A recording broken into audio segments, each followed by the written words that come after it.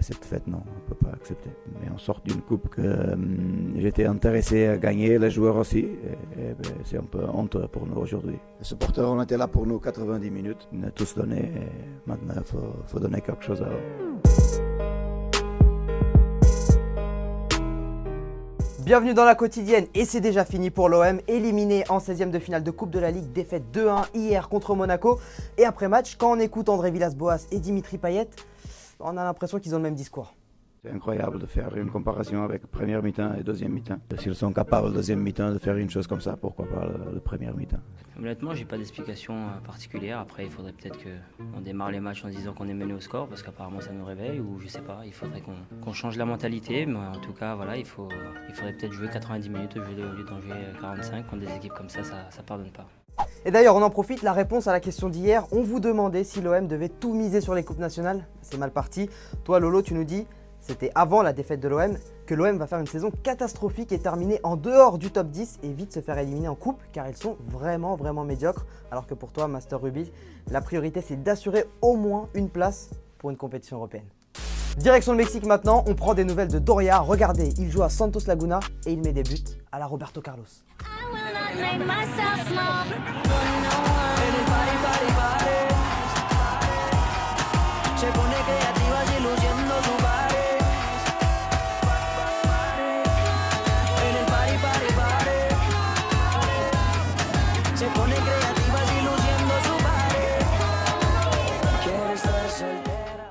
Bon, s'il avait fait ça sur FIFA, il aurait peut-être eu la manette d'or, pas vrai? C'est vrai Yacine, comment ça va mon gars? Je m'incruste vite fait juste pour vous dire que oui, la manette d'or c'est toujours d'actualité. Vos plus beaux buts sur FIFA 20, sur PS4, vous pouvez les partager avec le petit bouton share de votre PS4. Dites-vous qu'à partir de 30 retweets, et bah vous rentrez dans la course, voilà, pour remporter la manette d'or. Je rappelle que je fais partie du jury, beau gosse. Et ouais mon petit gars, donc si tu veux gagner, j'attends, hein. Hashtag manette d'or. J'ai eu un petit coup de cœur déjà, le gars s'appelle Mida92 et il nous a claqué un petit but mon gars, comme tu sais faire, comme tu fais au 5, regarde mon gars. Non, regarde-moi jusqu'à demain. Regarde-moi. Regarde-moi jusqu'à demain. Bon bah vas-y, je vais tenter ma chance et on voit ça. Ça veut dire quoi ça? Oui, non? Ok. Et on jette rapidement un œil sur les autres résultats de la Coupe de la Ligue. Vous voyez le tableau, ça passe pour Montpellier contre Nancy. On s'est régalé aussi avec l'exploit du Mans, 18e de Ligue 2 qui a éliminé l'OGC Nice et qui se qualifie donc pour les 8e de finale. Par contre, il n'y a pas eu match entre Nantes et le Paris FC. Le Paris FC écrasé 8-0. C'est la plus grosse victoire dans l'histoire de la Coupe de la Ligue et les Canaries ont bien fêté ça. Aujourd'hui,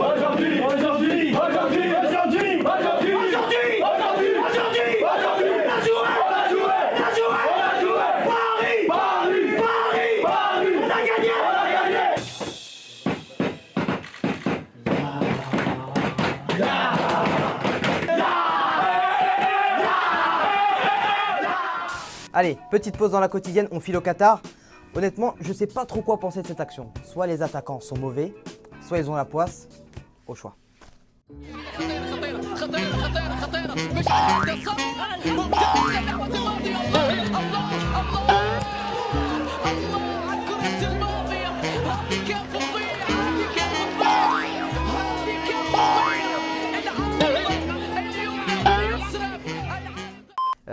Là on file sur Verratti. Ah non, tu me disais, ouais, j'ai compris. Ouais, très bonne nouvelle côté.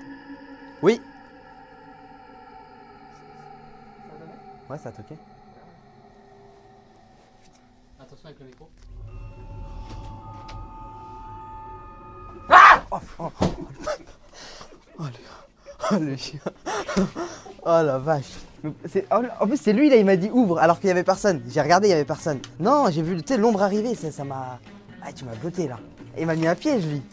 Et la très bonne nouvelle côté Paris, c'est la prolongation jusqu'en 2024 de Marco Verratti. Arrivé dans l'ombre, le petit hibou entame sa 8e saison déjà sous les couleurs parisiennes. 292 matchs avec le maillot du PSG et c'est pas fini. Paris m'a donné vraiment beaucoup. Il m'a fait faire le rêve que j'avais des enfants, c'est celui-là de jouer des grands matchs avec des grands joueurs contre des grands joueurs. J'espère de pouvoir repayer toutes les choses qu'ils ont fait pour moi. Et ça, c'est seulement avec le travail, seulement de donner tout pour cette maillot.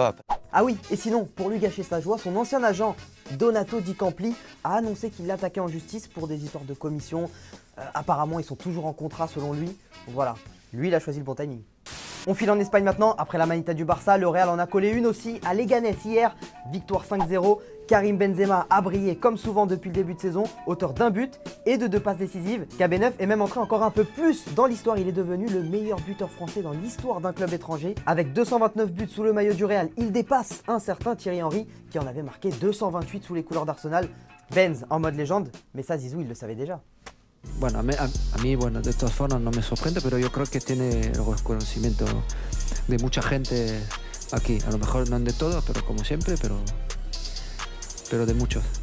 Et c'est notre question du jour les amis. Pour vous, Karim Benzema est-il tout simplement le meilleur attaquant français de l'histoire? Voilà, donnez-nous vos avis dans les commentaires, on sélectionnera 2 commentaires demain. On fait un petit tour en Italie maintenant, sale soirée hier pour Adrien Rabiot. La Juve a affronté le Genoa et c'est simple, il est rentré à la 61e minute, il a pris 2 cartons jaunes en l'espace de 26 minutes et il est retourné au vestiaire. Bon, ça n'a pas empêché la vieille dame de gagner 2-1 grâce à Cristiano Ronaldo en fin de match. Et voilà, l'avantage au moins, quand ça va pas, bah tu peux compter sur Cristiano. Et il y avait du foot hier aussi en Angleterre, match de folie à Anfield, 5 partout entre Liverpool et Arsenal. Au bout de 36 minutes, déjà Arsenal mène 3-1, le match part dans tous les sens. En deuxième période, Liverpool revient à 4 partout grâce à Origi. Arsenal repasse devant à la 70e et croit l'emporter 5-4. Sauf qu'Origi, encore lui, égalise d'un ciseau 5 partout. Finalement, Liverpool se qualifie au tir au but, victoire 5-4 et file en quart de finale de Coupe de la Ligue. Et après match, Jürgen Klopp, avec toujours son plus beau sourire, en a profité pour rappeler qu'il était content d'avoir joué un mauvais tour à Arsenal. I think a lot of people from the Premier League were sitting in front of television hoping that Arsenal can do it, but I'm sorry. Okay? Yes. Par contre, du côté d'Arsenal, bah, ils n'ont pas le sourire et ils en ont même un peu marre de passer pour des losers. We are the only team that can be 5-4 up and then lose 5-4. That's the irony of it, but I'm embarrassed. Avant de se quitter les amis, on part en Argentine. Regardez ce super hommage rendu à Emiliano Sala. Le club de Progreso situé dans sa ville natale va rebaptiser son stade aujourd'hui Emiliano Sala. L'attaquant argentin aurait fêté ses 29 ans aujourd'hui et toute l'équipe de Téléfoot a une pensée pour ses proches et sa famille. Les amis, c'est la fin de la quotidienne, ravi d'avoir passé ce petit moment avec vous. Et nous pendant ce temps-là, on se quitte en images et en musique. Ciao.